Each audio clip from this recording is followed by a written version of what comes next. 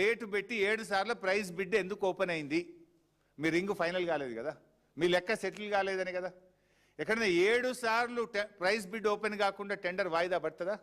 ఏం కారణం చేత వాయిదా పడ్డది? ఎందుకు ఆ టెండర్ని ఇంకా రద్దు చేస్తలేరు?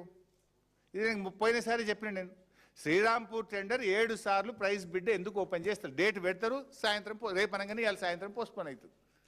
అట్లా 7 సార్లు అవుతుంది. ఒకసారి 2 సార్లు అంటే technical I can understand. Why 7 times it has been postponed? అది కూడా సైట్ విజిట్ సర్టిఫికేట్తో పిలిచిన టెండరే. దాన్ని ఎందుకు క్యాన్సిల్ చేస్తలేరు? దాని అవినీతిని ఎందుకు బయట పెట్టలేరు?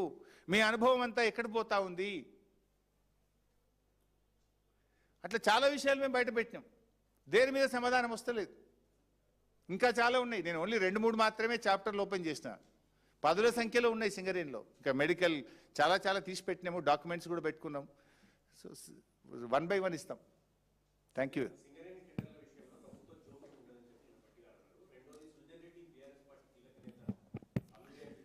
స్ట్రైట్గా అడుగుతున్నా, సృజన్ రెడ్డి రేవంత్ రెడ్డి బామ్మర్దా కాదా? ఇప్పుడు గతంలోనే మా కేటీఆర్ గారు అమృత్ టెండర్లు రేవంత్ రెడ్డి గారు బావమరిది సృజన్ రెడ్డికి ఇచ్చిందని కేటీఆర్ గారు అన్ని సాక్ష్యాధారాలతో బయటపెట్టినారు.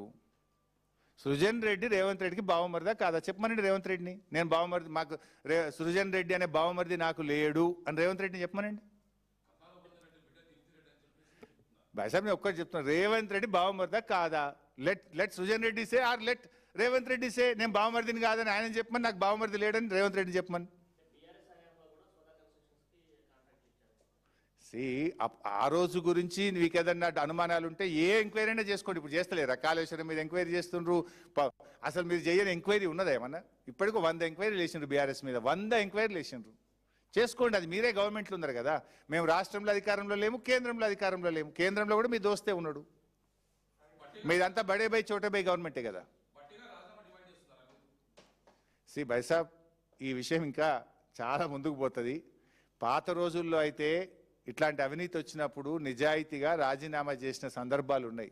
నిజాయితీగా పదవి నుంచి తప్పించుకొని స్వతంత్రంగా విచారణ జరిపిన సందర్భాలు ఉన్నాయి. కానీ ఇక్కడ ఏమైందంటే భట్టి గారి కంటే కూడా రేవంత్ రెడ్డి లబ్ధిదారుడు ఉన్నాడు. సరే, అలా భట్టి గారి పాత్ర ఎంత, రేవంత్ రెడ్డి పాత్ర ఎంత అనేది విచారణలో బయటకు రావాలి. లబ్ధిదారుడు ఎవరు? రేవంత్ రెడ్డి బావమరిది.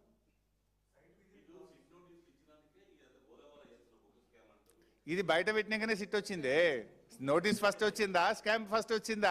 స్కామ్ ఫస్ట్ బయటకు వచ్చింది. స్కామ్ పొద్దుగాల నేను బయట పెట్టాగానే సాయంత్రం నాకు ప్రేమ లేకొచ్చింది. తెల్లారి కేటీఆర్ గారు రాత్రికి మాట్లాడితే పొద్దుగాల వచ్చింది. ఇప్పుడు మాట్లాడినాం కదా, మళ్ళీ ఒకటి వస్తుంది రేపు ఎల్లుండో. మేము దానికేం బాధపడేది లేదు. Will fight. మేము ప్రాణాలకు తెగించి కేసీఆర్ గారి నాయకత్వంలో పోరాడినటువంటి కార్యకర్తలం మేము.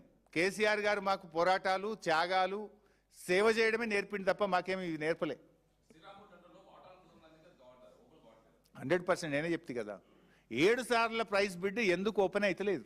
దాని వెనుక ఉన్నది ఏందో బయట పెట్టిను. Why don't you cancel the tender? అది కూడా సైట్ విజిట్ సర్టిఫికేట్తోనే ఉంది కదా. ఇప్పుడు 9E బ్లాక్ టెండర్ మాట్లాడినారు భాయ్సాబ్. బీఆర్ఎస్ టైంలో కూడా 9E బ్లాక్ టెండర్ పిలిచినాం. బీఆర్ఎస్ పిలిచినప్పుడు 9E బ్లాక్ టెండర్లో సైట్ విజిట్ సర్టిఫికేట్ ఉందా? ఉంటే బయట పెట్టు.